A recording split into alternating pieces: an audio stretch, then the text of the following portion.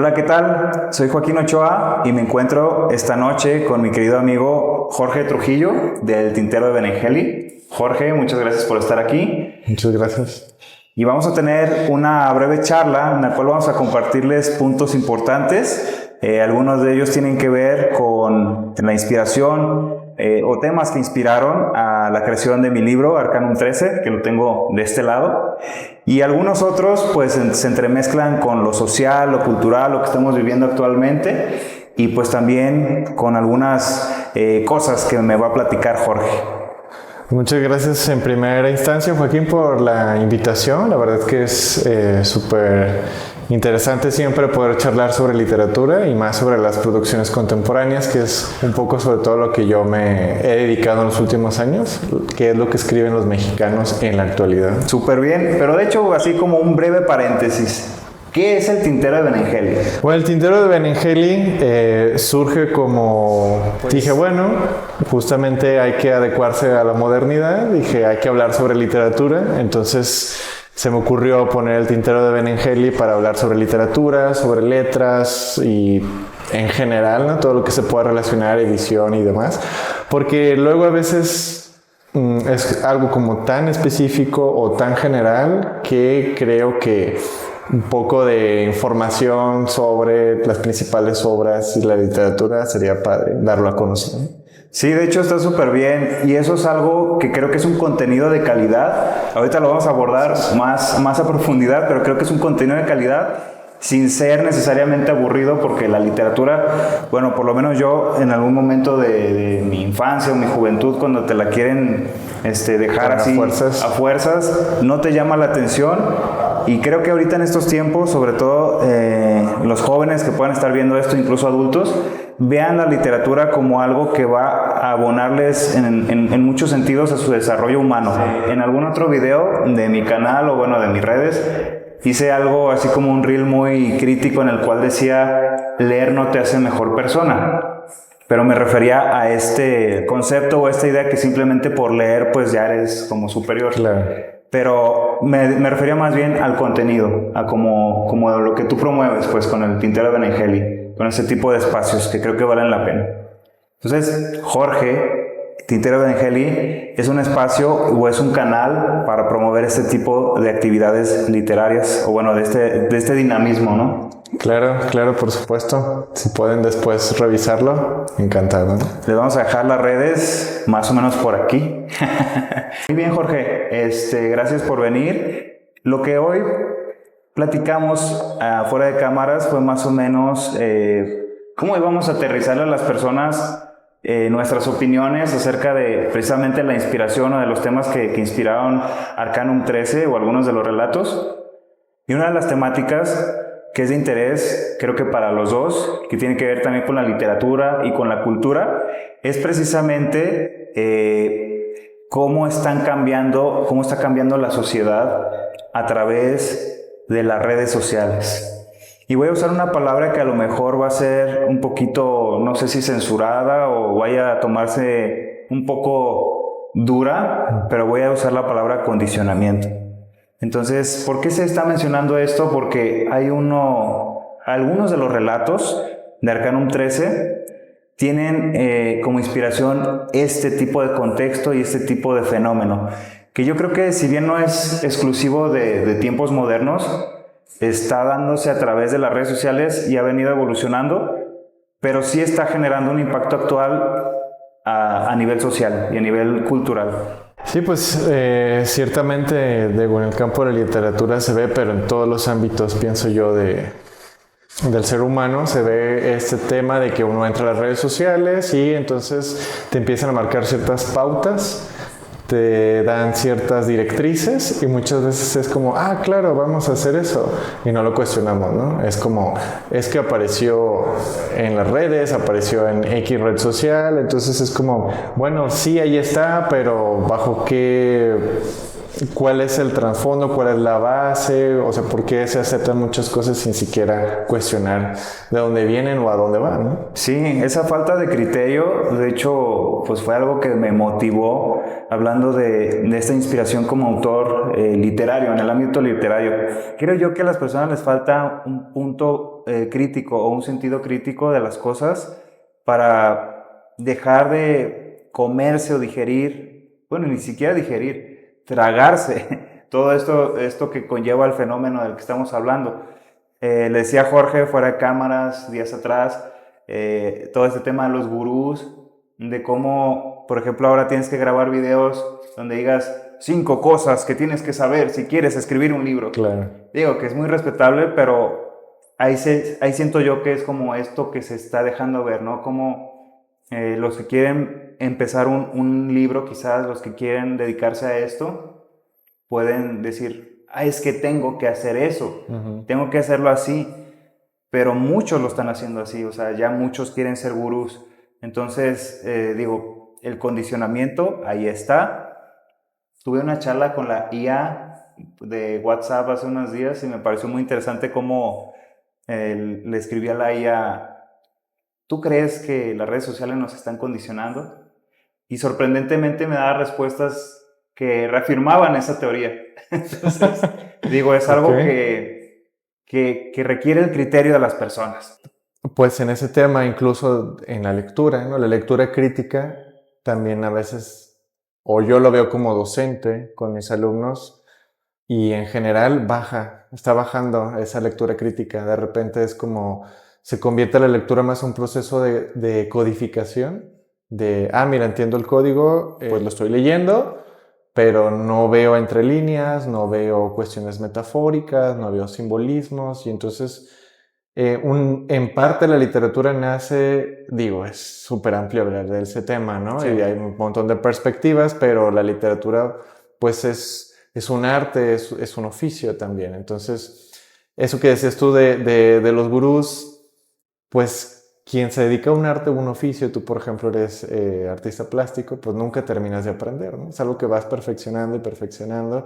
Y eso pasa con la literatura, con la escritura, incluso con la lectura. No es lo mismo leer con cierta visión a leer como escritor o leer como creador. Entonces, ese tipo de cosas creo que con todo esto que debe de ser muy rápido, la celeridad con la que vivimos actualmente se va perdiendo, lo efímero, ¿no? Todo rápido, ¿no? Porque sí, pues, si vemos la evolución de las redes sociales, pues Facebook puedes escribir lo que quieras, ¿no? Pero luego Twitter, ahora X, está limitado, ¿no? Y luego Instagram pues se enfoca más a lo visual, y algunas otras plataformas como TikTok pues ya no escribes, es solo comentarios y es más bien ver y escuchar, ¿no? Entonces va cambiando ahí como lo que se está pues moviendo, ¿no? Eso nos da un poco un reflejo de lo que está ocurriendo en la sociedad. Tú que sea, hablando de esta cuestión de lo efímero, porque bueno, podemos decir que todo es efímero, ya sabes la famosa frase de que el arte es efímero. ¿Cuál crees que sea la función del creador literario en este 2024 y en adelante, teniendo en cuenta lo que platicamos del condicionamiento? Que ojo, no se está diciendo que sea algo malo, todo tiene sus vicios y sus virtudes, pero vaya que de repente, y tengo colegas escritores, escritoras, incluso yo, que empiezas a decir cuál es la tendencia, qué tengo que empezar a hacer para ya ni siquiera sobresalir, a lo mejor para ser parte de. ¿Cuál crees que sea la función? Bueno, por una parte, cuando hablamos de esta falta de una lectura crítica, tampoco estamos en la postura de que nosotros tenemos la verdad absoluta y que la manera en que nosotros la hacemos es la correcta, ¿no?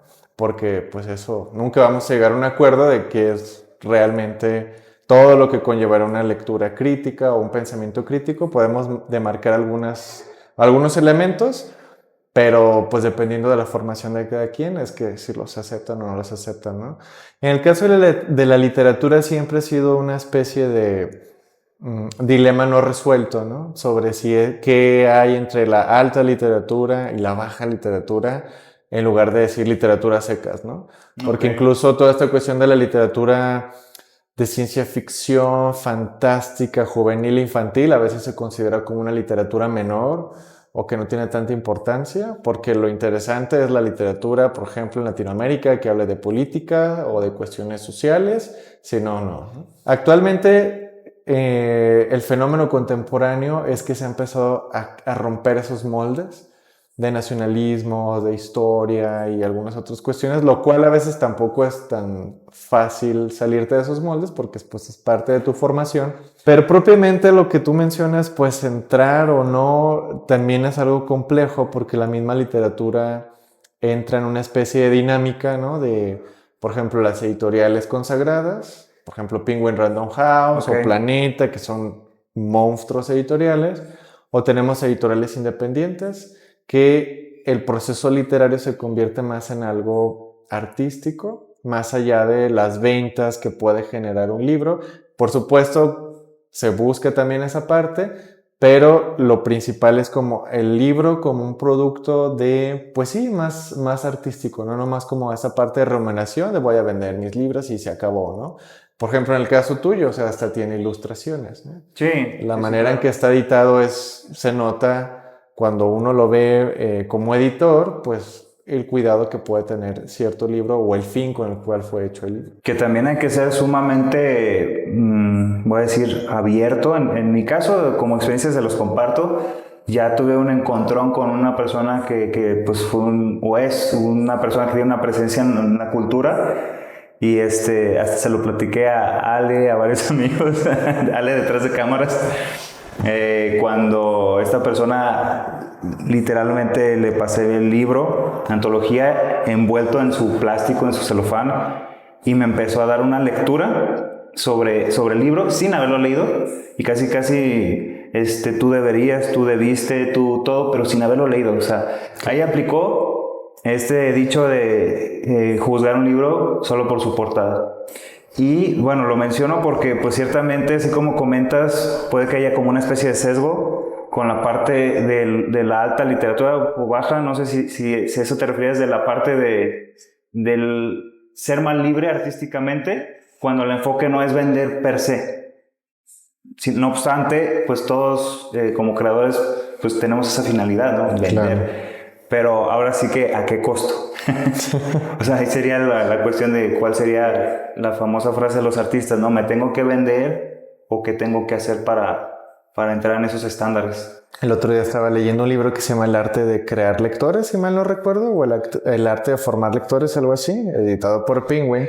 Es muy bueno porque es como la experiencia que tuvo una editora en marketing, pero justo ahí se habla de que ya en lo contemporáneo, por ejemplo, tú como escritor, independientemente de donde publiques, tienes que tener tus propias redes, tienes que entrar a esta dinámica como especie como de figura pública, como booktuber, como tiktoker, porque es donde se está moviendo, es donde se está publicitando. Entonces a veces, aunque no lo quieras, pues, hay que hacerlo, ¿no? Porque también cómo das a conocer tu obra si es lo que se está ironías, moviendo. No, ironías. Hola, aquí estamos. Aquí estamos. Que a propósito, ¿tú crees que puede existir todavía algo underground en ese sentido de la literatura? ¿O que tal vez exista y solamente se limite a cierto estrato, no estrato social, cierto segmento tal vez? Habría que partir también de lo que tú me preguntabas, ¿no? Sobre, bueno, ¿cómo entras al gremio de los escritores o cómo sabes que eres un escritor consagrado? Pues es un poco complicado porque también por una parte una cosa es ser escritor y otra cosa es publicar, ¿no? No necesariamente van de la mano, ¿no? Por ejemplo, tú te puedes dedicar a escribir, a hacer un oficio y nunca haber publicado nada. Pero en ese sentido, yo pienso que sí existe todavía ciertos movimientos underground, ¿no? Que de repente, si tú lo llevas a una editorial, te van a decir, no, es que nosotros no publicamos esto, ¿no? Esta no es nuestra línea. O sea, incluso específicamente hay unas editoriales que dicen, no recibimos poesía, no recibimos teatro, no recibimos ensayo, no recibimos estos temas, no publicamos nada que tenga que ver con ideologías de género, con ideologías de otras índoles. Entonces ya empieza a haber un condicionamiento artísticamente, ¿no?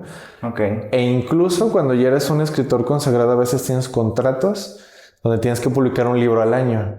Y a veces el tema es más, tengo que escribir porque tengo que cumplir mi contrato que por querer escribir, ¿no? Entonces ahí ya empieza a ver como... Ahora ya me suenan más estos personajes de algunas películas que el típico escritor, ¿no? Que ya tiene su contrato, pero no le sale. O sea, que está delante de la computadora o de la máquina a escribir y teclea, érase una vez, y ahí se queda. Sí. Porque no hay una motivación, una emoción, una real inspiración. La inspiración, considero, forma parte de esa motricidad, pues, para generar obra. Sí. Sí, por ejemplo, Oscar Wilde decía que solo hay 2 reglas para escribir, ¿no? Que es tener algo que decir y decirlo.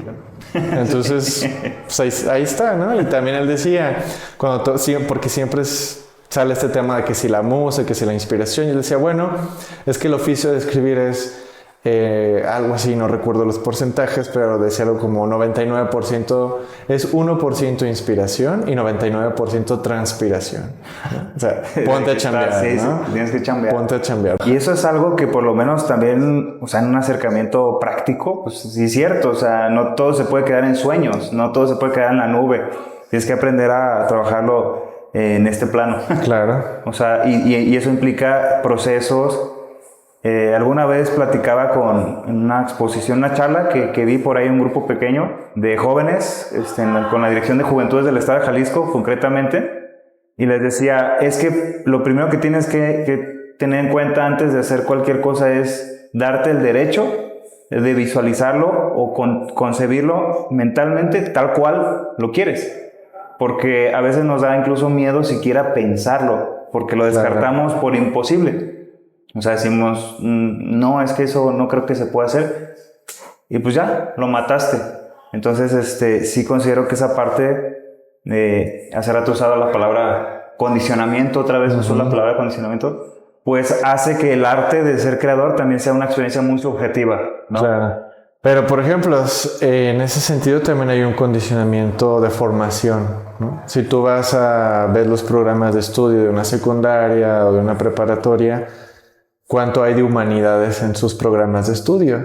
¿Cuánto hay de literatura? ¿Cuánto hay de dibujo? Yo recuerdo que a mí todavía me tocó dibujo y ahora lo veo con mis sobrinos y veo que ya no dan arte, literatura muy poco. Entonces ya empieza a ver como este condicionamiento de, bueno, tienes que ser algo más práctico y que te reditúe y que esté enfocado a las ciencias físico-matemáticas, ¿no? Es como siempre este condicionamiento social que incluso cuando pues yo decidí estudiar letras y siempre este chiste, ¿no? ¿Y de qué vas a vivir? También de diseñadora, de que vas a terminar en la famosa cadena de servicio de comida rápida. Claro, entonces es como, bueno, siempre existe de manera social, ¿no? Como todo este tipo de situaciones, pero creo que ya cuando te metes de lleno puedes lograr cosas interesantes, ¿no? Como Arcanum 13, por ejemplo. Sí, Arcanum 13 fue un riesgo y sigue siendo un riesgo. Irónicamente ironizábamos sobre el hecho de cómo el condicionamiento de generar contenido, ¿no? Nos obliga lo que te decía hace rato, pero siento que si lo vas a hacer, hazlo bien y también comunica y genera, creo que por lo menos lo que se pretende con este tipo de espacios es generar espacios de reflexión, no tanto para que, por ejemplo, Jorge y yo les digamos, esta es la verdad, porque por lo menos yo no me considero gurú, ¿tú? ¿Por qué? No. Entonces, para que también ustedes generen este pensamiento crítico y se empiecen a dar cuenta. ¿De qué? Del fenómeno, del contexto. No es ironizar simplemente por caer en el juego y ser sumisos de forma cínica, sino porque también, pues digo, como lo comentaba hace rato, y como está aquí con las máscaras que tengo en esta decoración, pues todo tiene su lado luminoso y su lado oscuro. Vamos a entrar a temas ya más concisos. Si escuchan ruidos, si escuchan cosas raras, de repente es porque estamos en una propiedad y estamos muy ad hoc con el tema de estas festividades. Esta es la segunda parte es la tercera parte. La tercera parte de una serie de entrevistas que voy a publicar con relación al mes de octubre. Si tienen oportunidad en el canal, hay una entrevista donde se habla acerca de los miedos con el doctor Víctor Manuel López Contreras. Hay otro video con Lupita Dark Angel, donde platicamos acerca de poquito de la dualidad y del lado oscuro, precisamente por este mes siniestro. Y pues esta charla con Jorge, el tintero Benengeli, pues no es la excepción. Entonces vamos a entrar en temas un poquito ya más escabrosos con relación a esta cuestión del condicionamiento, cómo las redes sociales también están teniendo una parte, la sociedad tiene otra parte, y qué es lo que tenemos que hacer, ¿no? Que es la reflexión al final del día. Así que, Jorge, avienta tu primer pregunta difícil de la noche. Pues, por ejemplo, en Arcanum 13 hay 2 cuentos en específico que nos hablan de este tema, ¿no? Uno de ellos es Baltasar, ¿no? Y el otro es Cúcula. Okay. Me gustaría saber más o menos, creo que está plasmado ahí, pero de tu perspectiva creativa, ¿qué fue lo que te motivó a decir, voy a hablar de estos temas y lo voy a hacer de esta manera? Esas 2 historias obviamente no se van a spoilear porque la intención pues es que el lector lo llegue a descubrir a través del viaje de la literatura precisamente. Baltasar es una historia que narra cómo un hombre de ciencia, llegada a un cierto punto de su vida, ya a una edad más avanzada, más maduro, con cierta experiencia, tiene un acercamiento con su fin, con su mortalidad. Y es que Arcanum 13 tiene mucho este tema de la luz y la sombra y también la vida y la muerte.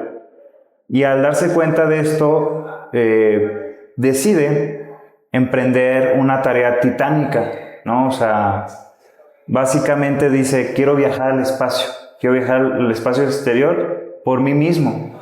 Entonces empieza a ver cómo le puede hacer para construir un cohete espacial por sus propios medios, obviamente apoyado por especialistas y así. Y pues esta historia está inspirada precisamente en este emprendimiento individual que considero que como seres pensantes, seres existentes, ya he usado este término que no existe en otros videos, deberíamos desarrollar esa cuestión de me quiero arriesgar, quiero descubrir. ¿Por qué? Porque ciertamente en cada momento estamos experimentando tanto una limitación como una liberación. Pero ¿de qué depende la liberación, no? Entonces en ese cuento de Baltasar, concretamente sería esa la inspiración. Fíjate que cuando yo leí Baltasar me vino a la mente mucho ese tema de los opinólogos. De que cualquier cosa que se pueda publicar ya es válido, ¿no? Justo lo que tú decías, no se duda si es verdad o no, suena verosímil y es como, claro, ¿no? Es como estas cadenas de WhatsApp de la tía que te llegan y entonces todo el mundo la cree y se va replicando.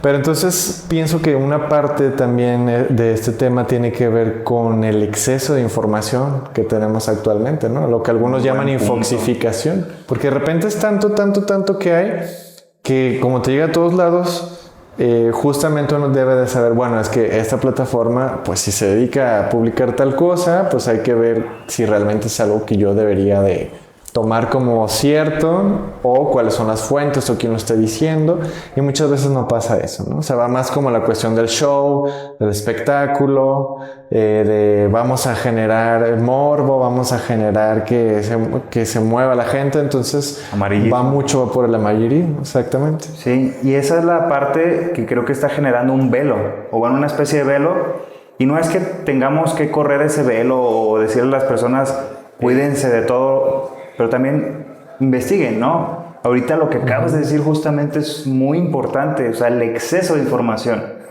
Dicen, ahorita con la tecnología tenemos toda la información al alcance de un clic, pero a ver, tienes datos, tienes información textual, tienes cifras, pero eso no te garantiza que eso que te está haciendo llegar o que tú estás haciéndote llegar sea genuino, ¿no? O sea, sí. Como este tema de los gurús que comentas, a mí me impacta mucho el fenómeno, por ejemplo, en el ámbito médico, que yo he visto multitud de reels, de historias cortas, de shorts, lo mismo, ¿no? En distintas plataformas. Voy a dar un ejemplo, tal vez no exista. Ya no vuelvas a comer la manzana de esta manera. Y entonces ahí está el amarillismo y tú dices, pues he comido manzana todo el tiempo. ok, lo investigo, pero no lo investigas. Dices, a ver qué dice este fulano, y ya de pronto resulta que te vas a morir mañana. Por un ejemplo, ¿no? Sí, claro. Entonces, totalmente. No, y digo, también a veces, incluso con los mismos libros, ¿no? La facilidad que da, por ejemplo, hacer un libro digital, y digo facilidad entre comillas, ¿verdad? Me refiero a que antes era muy complicado publicar de manera tradicional, ahora hay muchas plataformas, muchas maneras de hacerlo, que a lo mejor se puede publicar algo científico o pseudocientífico sin tener ningún sustento, ¿no? Sin que hubo un revisor, sin que hubo un proceso de edición del contenido más allá de la forma que se está presentando. Sí. Y entonces también eso abona también, porque luego a veces alguien puede decir, bueno, es un libro, está publicado, debe ser cierto. Sí, claro. Esa parte, de hecho, muy cierta, y creo que da pie a que exista el fenómeno del gurú, por llamarle de un modo, el gurú vende libros, Claro. El gurú de los bestsellers, que todo el mundo quiere la fórmula mágica de cómo va a conseguir el éxito comprando ese libro.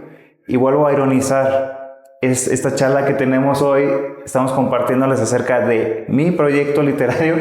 No obstante, también les digo con sinceridad, se busca que cada persona siga inspirándose y siga generando un pensamiento reflexivo, porque también eso hace el arte. Cuando tú escuchas una pieza musical, cuando tú escuchas o ves una obra de teatro, genera una inspiración y eso te motiva. Ahorita siento que esa parte de la inspiración de pronto se corta por esta cuestión de ¿a quién le compro la fórmula mágica? Claro. Sí, por ejemplo, si tú ves la estadística de, por ejemplo, los libros, ¿no? Los que más se venden, pues son los libros escolares y después son los libros de autoayuda o todos estos gurús que existen y se desplaza mucho a la literatura, ¿no? Creo que en parte es porque estos gurús te dan respuestas o aparentemente te están dando respuestas y la literatura te da preguntas, te obliga a pensar. Entonces muchas veces, por ejemplo, tú te acercas a un libro Arcanum, que ya desde el nombre Arcanum 13, el nombre ya te está dando algo, ya te está diciendo algo. Entonces ya es una invitación a esto no es sencillo, no te voy a dar las respuestas, no te voy a dar las explicaciones porque tienes que reflexionar, tienes que pensar, que es un poco también de manera ancilar lo que hace tu libro, ¿no? Sí. De ahí viene la parte de Arcanum, ¿no? Es algo que no está completamente a la vista, no es algo que está ahí. Entonces, por ejemplo, pasa mucho con algunos relatos, incluso con algunos de los tuyos, donde puedes leerlo y dices, pues, ¿de qué está hablando? ¿Qué es el final?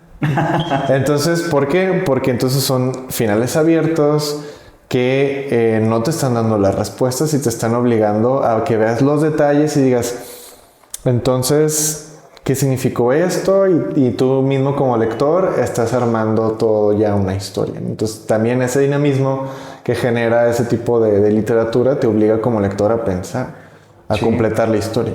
Sí, de hecho sí, fue parte de pues, la inspiración, de la motivación. En otro video, voy a apuntar aquí, si lo introduzco en el video, hablaba con Lupita Dark Angel, ¿no? De ese rollo, pues vuelvo a lo mismo, inspiracional y reflexivo. Es muy tentador, y lo voy a decir abiertamente, es muy tentador decir, quiero seguir esa fórmula del escritor exitoso, donde ya tengo que cubrir todas estas expectativas de un público ansioso por las fórmulas mágicas, por las respuestas, pero a mí se me hizo más motivante generar una literatura que precisamente induzca o promueva el pensamiento reflexivo. Y más aún, pensando que quizás eso va a ser simplemente, voy a ponerlo así, como el catalizador, tal vez, de una iniciativa propia, de un movimiento tuyo, porque ciertamente la literatura también tiene que ver con lo emocional. O sea, cuando estás viviendo una situación y de repente un libro te toca una fibra, despierta algo en ti. Claro. Y eso, digo, te puede dar para abajo, te puede dar para arriba, pero si de algún modo ya tienes una predisposición positiva, pues sigues adelante, ¿no? Entonces digo, efectivamente, lo resumiría en arriesgarse como escritor. Sobre todo porque luego está otro tema que te puede bajonear que cuando te dicen es que ya todo está escrito, ¿no? Bueno, yo no creo que ya todo esté escrito, pero si partiéramos de ese si partiéramos de ese supuesto, pues más bien si ya todo está escrito, mi propuesta como escritor no es tanto el tema, sino la manera en que yo lo estoy plasmando, porque la visión de cada uno de nosotros va a ser completamente diferente y entonces no es tanto la originalidad, sino la singularidad que tiene el libro. ¿Qué es lo que mi visión de ese tema está aportando? Entonces ahí ya cambia también la perspectiva. No importa que todo el tiempo hables de muerte, de amor, de lo que sea, tu perspectiva va a ser única. Además, creo que importa también mucho el momento, porque puede estar escrito por fulanito perengano en cierta región del mundo, pero ahí se quedó. O sea, por alguna razón ahí se quedó, nadie lo descubrió. Y años más adelante resulta que alguien en un café descubre el libro y la historia y, digo, no es malo per se, pero hace una adaptación para el cine y esa historia vuelve a ser conocida. Uh-huh. Y aquí podremos pensar, ¿está reviviendo esa historia en un momento necesario? O sea, está entrando este tema en una situación en la cual es necesario pensar acerca de eso. Esas son las interrogantes, ¿no? Porque, por ejemplo, con las producciones de cierta plataforma de producciones audiovisuales digitales, que empieza con N, hoy no voy a hablar mal, pero tampoco voy a dar publicidad. Claro. Vemos mucho este tema de las adaptaciones literarias. Y de repente vemos que vuelven a salir adaptaciones literarias y a veces se tienen que adaptar al tiempo. Entonces, por un lado tienes la versión moderna, pero por otro a veces dices, bueno, a ver, ¿de dónde viene? Y vas hacia la fuente original y a veces resulta que esa literatura originaria es más enriquecedora, quizás porque fue en un momento donde no teníamos todo esto. Claro.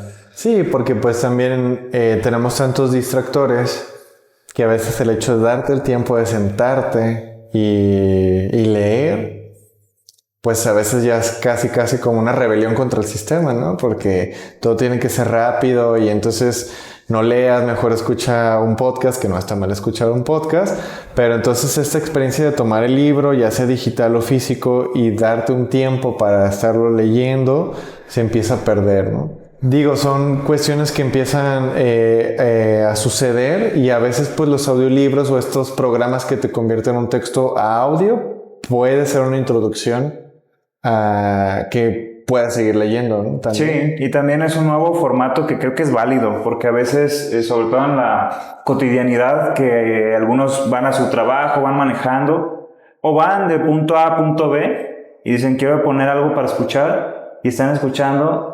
Tal vez no están desarrollando esa cuestión de la lectura per se o como tal, pero sí están escuchando algo que quizás luego vayan a leer. Claro. Me habías preguntado de cúcula o cúcula, como se quiera decir. Esa es la otra pregunta dura de Jorge Trujillo en este video especial de octubre. Los que ya conocen el relato, porque tú sabes que es el tercer año desde el lanzamiento y publicación del libro Arcanum 13, conocen muy bien esa historia y ha gustado mucho. Quizás pueda ser una historia controvertida, pero respondiendo concreto a la pregunta, es una historia detectivesca en la cual un científico descubre la fórmula secreta detrás de una conocida marca de refrescos, que en esta ficción es un refresco de cola.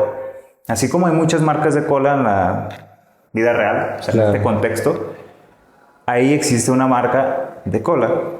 Y esta marca, pues digamos que tiene un ingrediente secreto que este cuate descubre y dice, no puede ser. Esto no puede ser. Se lo tengo que decir a las personas. Entonces, ¿en qué está inspirada esta historia? ¿En qué está inspirada Cúcula? Creo que es una de las historias que tiene más capas de Arcanum 13. Se puede interpretar de muchas formas, pero la inspiración es ¿qué haces cuando ya descubres algo? Uh-huh. ¿Qué haces cuando ya sabes qué hay detrás de la máscara? ¿No? Entonces, yo lo dejaría ahí para que también, yo tengo la idea de seguir desarrollando la historia, pero si llegan a conocer este comienzo, sería genial. Sí, la verdad, porque creo que ha resonado mucho ese cuento en específico, porque creo que sí toca ciertas fibras de que se parece o a veces hasta, porque tú mismo lo has dicho, tiene diferentes niveles, ¿no? Entonces a veces me parecía como ciertas paralelismos o parodias de cosas que, de hechos reales, que uno dice, es que esto sí puede pasar, o esto sí pasó, o esto está pasando. Entonces es como, claro, ¿no? Por eso hay como ese, te identificas y dices, no, sí, o sea, y la manera en que se maneja el libro, pues la verdad, el final, todo eso dices, sí, claro, esto pasa. Tú dime si estoy en lo equivocado, pero se usa mucho la palabra tropicalizar. Ahora, Jorge, ¿tú qué entiendes por tropicalizar? ¿Está correcto eso? Pues mira, yo uso como modismo. Sí, digo, sí lo puedes usar, ¿no? Digo, al final estamos acostumbrados y sobre todo como en la cuestión literaria de qué es lo aceptable y no lo aceptable, ¿no? Lo que nos dice la RAE, lo que sí, lo que no, cuando en realidad pues los que forman la lengua pues somos nosotros, ¿no? El momento en que se esté usando, si se usa y se usa y se usa, es lo que se va a hacer la norma, ¿no? O sea, por ejemplo, nuestro español de hoy pues sería los del antiguo latín pues estarían revolcándose en la tumba, ¿no? Porque pues es una deformación vulgar y toda mala, pero pues al final es lo que evolucionó. Entonces, a ver, danos un ejemplo, como cuál sería una deformación, o sea, ¿qué palabras se usaría en ese momento del latín o antiguamente y qué chocaría hoy? O sea, ¿cuáles serían? Pues hay algunas que, por ejemplo, han perdido su significado original y de repente se empiezan a replicar, ¿no? Por ejemplo, álbum. Digo, tiene ciertos campos semánticos, ¿no? Álbum para nosotros que incluso pues ya es más algo digital, ¿no? Antes el álbum, tú ponías tus fotos y vas ahí juntándolas en tu recopilador y ese era tu álbum, ¿no? Sí, sí recuerdo. Cuando pues álbum simplemente significa blanco, neutral, ¿no? Álbum, o sea, porque viene de puedes tener blanco, o sea, albus si es masculino, alba si es femenina y álbum si es algo blanco neutro, ¿no? Entonces ahí entramos en la raíz etimológica, entonces. Sí, digo, al final, pues sí, tienes un libro que está en blanco donde vas poniendo tus fotos, ¿no? Pero de repente algunas cosas, pues sí, ya no es exactamente como se... O sea que hoy día, por ejemplo, tu álbum de música, ya es como el sinónimo o la analogía es tu recopilación de música. Exactamente. Y ya perdió ese sentido. Miren. Pero esa es la parte importante de también descubrir de dónde viene. Sí. De dónde vienen las cosas y el sentido original. Que creo yo que también se relaciona con esto de no dejarse guiar solamente por lo aparente. O sea, por lo que... Vamos, el lenguaje se está utilizando de esta forma hoy, pero también es importante ver cómo se usaba antes. Sí, como creo que el otro día estaba revisando, no estoy completamente seguro, pero creo que estas deformaciones como cuando decías murciélago y murciélago, murciégalo, o o estómago y ya están aceptadas. Entonces, ¿por qué? Porque entonces se empieza a usar y se queda, ¿no? Entonces, pues el uso hace la norma. Entonces, en cuanto a tropicalizar, bueno, pues es una manera como decir, vamos adaptándolo a nuestro contexto, a nuestro lo cotidiano que tenemos nosotros en el entorno inmediato, ¿no? Porque entonces no va a ser lo mismo si tienes una historia de detectives y si están aquí en una ciudad que es más calurosa, pues no lo vas a poner con un abrigo en Londres, ¿no? Como Sherlock Holmes o algo así. Entonces, sí, claro. Lo tienes que tropicalizar. Volvemos al punto de lo tienes que adaptar para que lo entiendan en ciertas regiones. Y para que sea verosímil también. Para que sea verosímil, exacto. Entonces aquí van mis preguntas difíciles para Jorge Trujillo. Sí. Bueno, la primera tiene que ver concretamente con el libro. Ya que no habíamos tenido una charla, y esto es verdad, no habíamos tenido una charla acerca del libro, simplemente en la Feria Internacional del Libro Guadalajara, creo que ahí nos topamos. Sí. Creo que me lo compraste, ¿verdad? Lo compré y ahí me lo firmaste. Ahí lo firmé.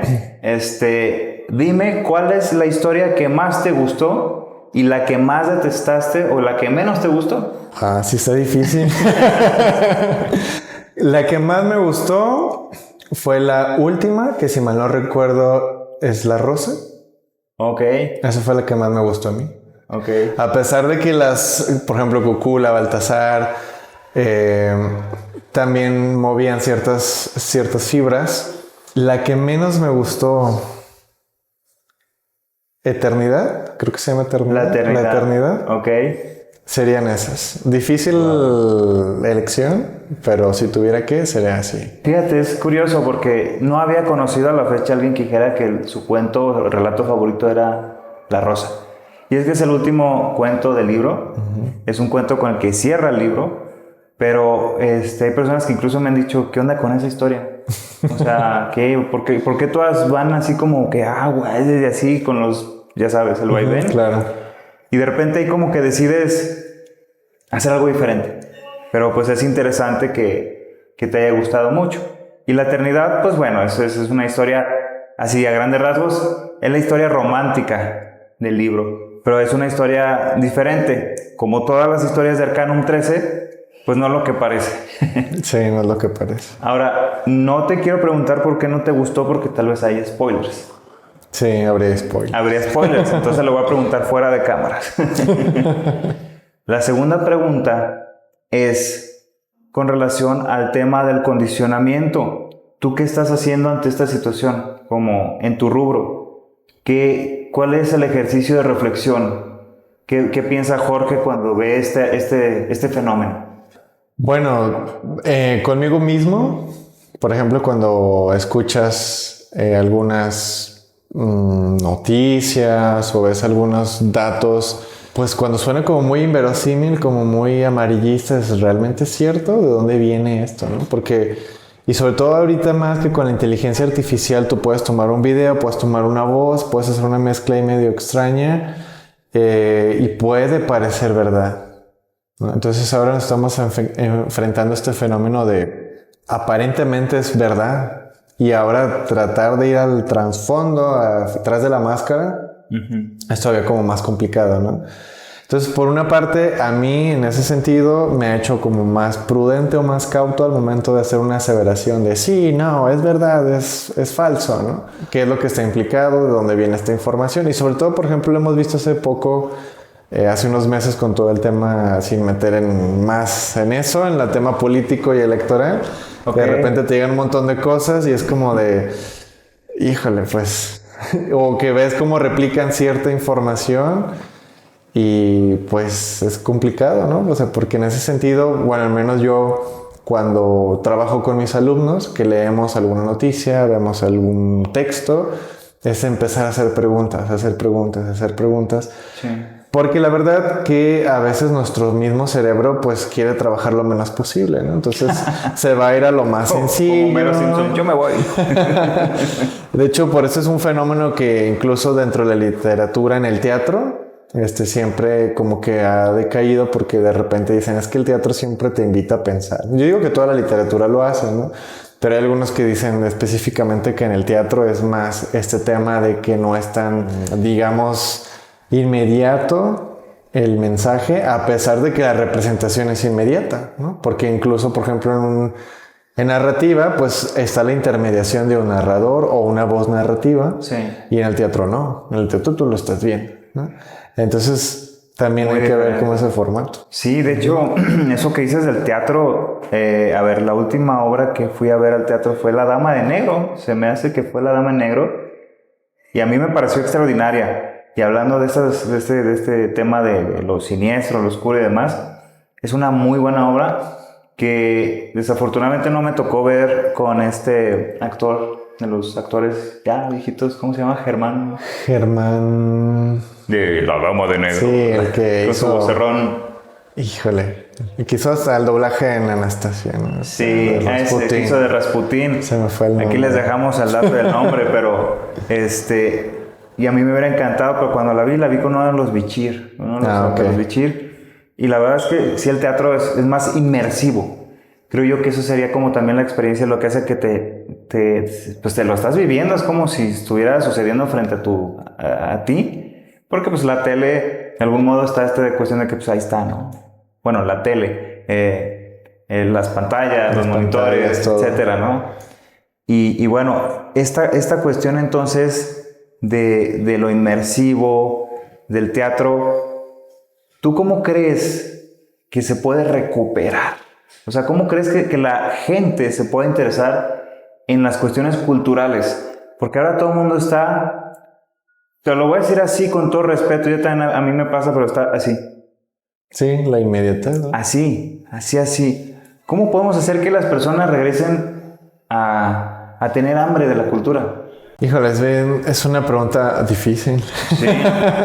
Porque primero, si lo ves desde un punto de vista más pragmático, alguien que tiene problemas, por ejemplo, para cubrir sus necesidades básicas, Okay. ¿para qué va a pensar en cultura?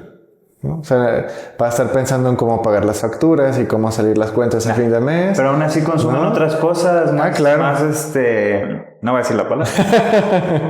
No, bueno, en ese sentido, en primer lugar, creo que también es un poco como quitarle esta especie de halo sagrado que hay en la cultura de, es que solo yo que soy especialista me puedo acercar, ¿no? Entonces, pues no, la cultura es todo, ¿no? Entonces, como quitar ese miedo porque de repente sí está esta cuestión de el que sabe y el que no sabe y creo que en la cuestión cultural hay que quitarnos muchos condicionamientos que de repente surgen de gente que se sube en un pedestal y ya tiene la verdad absoluta y es la máxima autoridad y demás.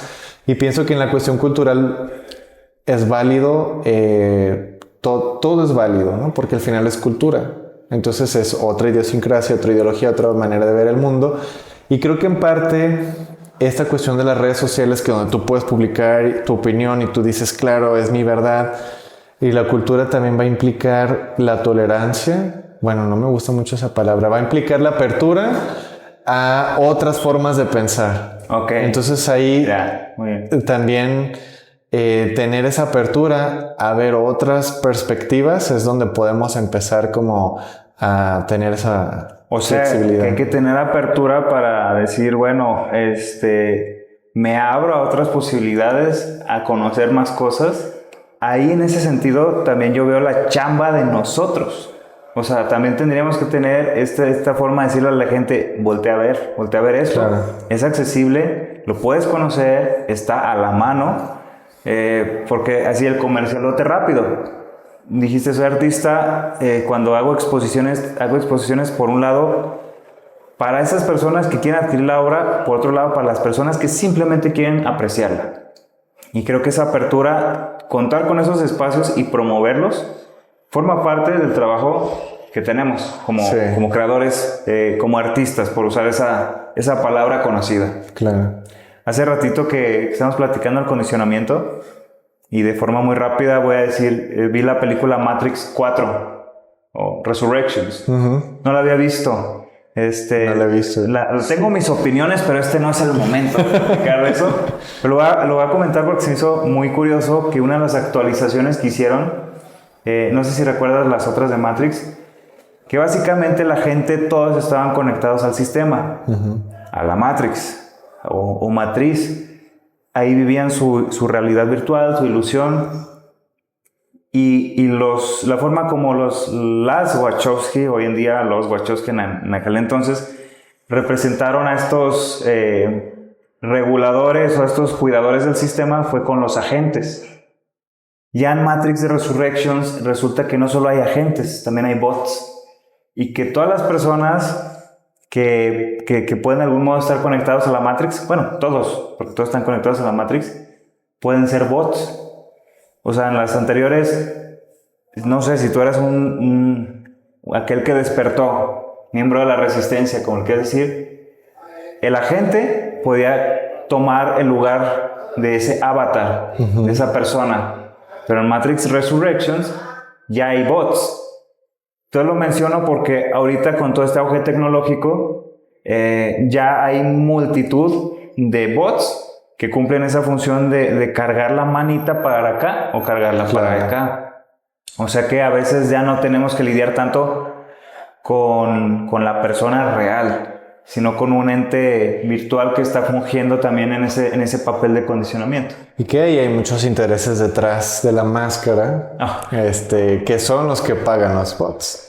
Sí. Entonces también valdría la pena investigar justamente por qué existen los bots y en qué rubro, y bueno, es meternos en muchos... Que se lo pregunten, ¿no? Las personas. Claro, este sería un buen ejercicio. Y vuelvo a ironizar, digo, aquí estamos delante de ustedes charlando acerca de estos temas, que probablemente no sean como que comparables al éxito de todo lo que es viralizable hoy en día, pero igual lo estamos poniendo a la disposición para que también lo conozcan, que lo tengan en cuenta y lo pongan sobre la mesa. Y también, ¿por qué no?, que den la oportunidad de conocer el trabajo de artistas y de personas que están inmiscuidas en el ámbito literario, como es el espacio de Jorge Trujillo con su canal del Tintero de Benengeli, que dicho sea de paso, ¿quién era Benengeli? Bueno, pues Benengeli es uno de los narradores ficticios que aparece en el Quijote, ¿no? Donde toda la autoría en sí, dentro de este juego que hace Cervantes, es quien realmente, el árabe que realmente escribió el Quijote, ¿no? Entonces... A ver, ¿cómo? O sea que Benengeli es el verdadero... El verdadero autor del Quijote dentro de la ficción del Quijote. O sea, todo el mundo sabemos que Miguel de Cervantes Saavedra es quien lo escribió, ¿no? Sí, claro. Pero, como de repente ahí en esta especie de crítica a la monarquía, a la iglesia, a la sociedad y demás, a la religión, pues él no se podía arriesgar a decir, yo, Miguel de Cervantes, estoy diciendo esto. Entonces, ¿qué es lo que pasa en el Quijote? Se cuenta que realmente quien narra, quien escribió la historia, es que primero se encontraron unos carpatacios que estaban escritos en árabe, escritos por Cide Hamete de Benengeli. Cide Hamete Benengeli, que es realmente el autor, y entonces dicen, bueno, yo nomás estoy traduciendo del árabe al español lo que yo me encontré. Es una manera de alejarse y de lavarse las manos de yo no me voy a meter en broncas. Entonces se me hace muy interesante porque este Benengeli, pues, en realidad es el que configuró todo su mundo ficticio, ¿no? Si lo queremos ver de ese lado.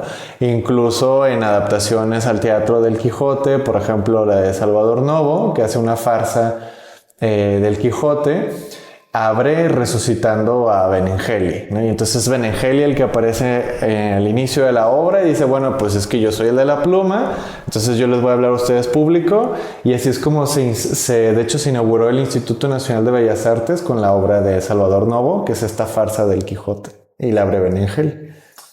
Wow. Eso es algo que digo, no es novedad en el ámbito literario, pero haciéndolo de esa forma es sumamente interesante. Muchos autores usan seudónimos. Claro. Pero digo, esta parte del origen y de dónde viene y cómo lo trabajó es muy interesante. Y también, decirlo rápidamente, hoy sentimos que tenemos el derecho de expresar lo que queramos. O sea, decimos, ya no vivimos en estos tiempos opresores. Pero si tú escribes algo que no sea conveniente, ahora se traduce en que ya no tienes alcance. Exacto. Ahora se traduce en que ya no tienes exposición. Que la gente ya no va a saber, ya no va a escuchar tu voz. Entonces hay nuevas formas y siempre van a estar los mismos duelos, los mismos principios, pero bueno, se va adaptando según los tiempos. Jorge Trujillo, ¿tienes una última pregunta que quieras hacer esta noche? Pues sí, fíjate que sí, desde el punto de la creación es raro, o mejor dicho, no es común cuando un escritor añade apostillas, notas, explicaciones, reflexiones dentro de la misma obra. Y tú lo pusiste al inicio y al final. Sí. Entonces me gustaría saber si de alguna manera sentiste al momento en que escribiste o empezaste a hacer el libro y termina.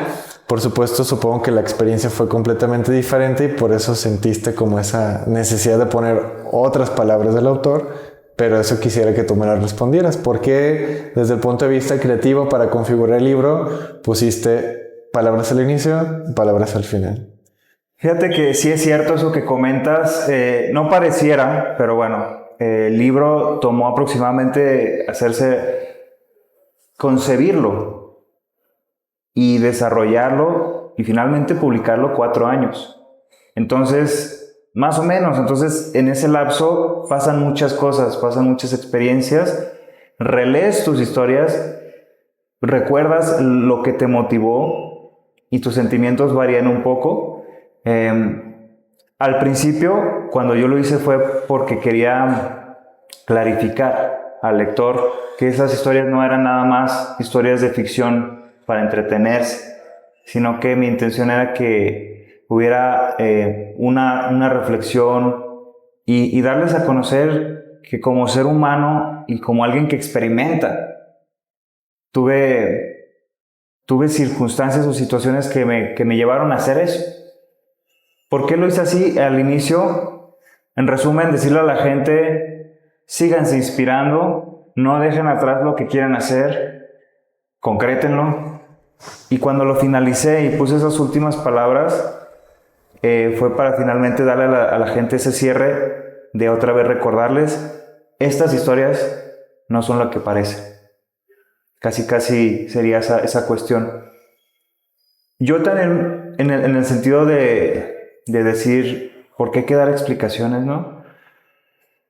Creo que fue abrirme un poquito, de una forma íntima con el lector, con la persona que tiene el libro en la mano, no con todos, con el que ya leyó el libro, y decirle, yo también estoy en el camino, estoy descubriendo cosas, no tengo la verdad absoluta, las historias están inspiradas por ciertos temas, por ciertas circunstancias, y bueno, ya terminé Arcanum 13 y lo que sigue.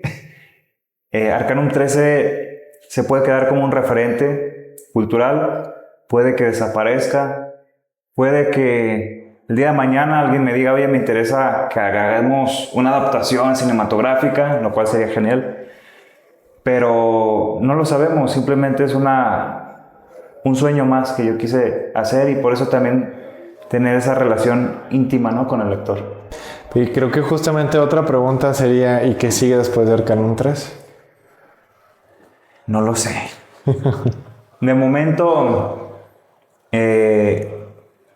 seguirla dando a conocer, porque, ¿sabes? Se ha dado a conocer de forma recurrente en la Feria Internacional del Libro, he estado en ferias municipales a nivel local, los comentarios de los lectores han sido muy buenos, en un 90%, y lo hablo no como que me elogien, sino que su experiencia como lector, decir, ay Dios, o sea, hubo relatos que me movieron, esto me llamó, esto me interesó, esto me pareció interesante. O sea, eso es lo que a mí se me hace enriquecedor.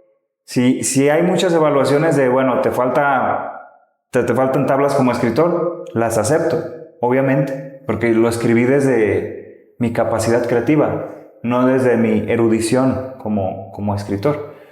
Entonces, ahorita lo que sigue es seguir dando a conocer el proyecto, que las personas sepan que aquí está, que lo pueden encontrar, y precisamente el libro ya está en Amazon o en Amazon, como le quieran decir, ya está disponible, muy económico. La versión física, esta versión que tenemos aquí, es una versión muy bonita, es una versión de pasta. ¿Se podría considerar dura? Pues es más bien es rústico, pero con un gramaje más alto, más de lo normal. Entonces por eso le da como esa rigidez, más porque calidad, con la solapa, el relieve que tiene en la portada y las mismas páginas, ¿no? O sea, no es papel cultural, no es papel BOM, es un papel distinto. Está más fresón. Entonces, digo, ya la cuestión del libro de decir, oye, es que el envío, es que el costo, claro. Mira, está digital.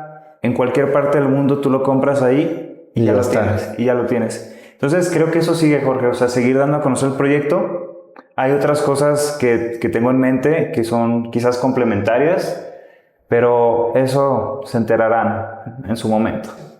Muy bien. Muy bien. Pues no les quiero decir más porque realmente esta noche es escabrosa. Tenemos sonidos misteriosos en este recinto y tal vez no somos reales.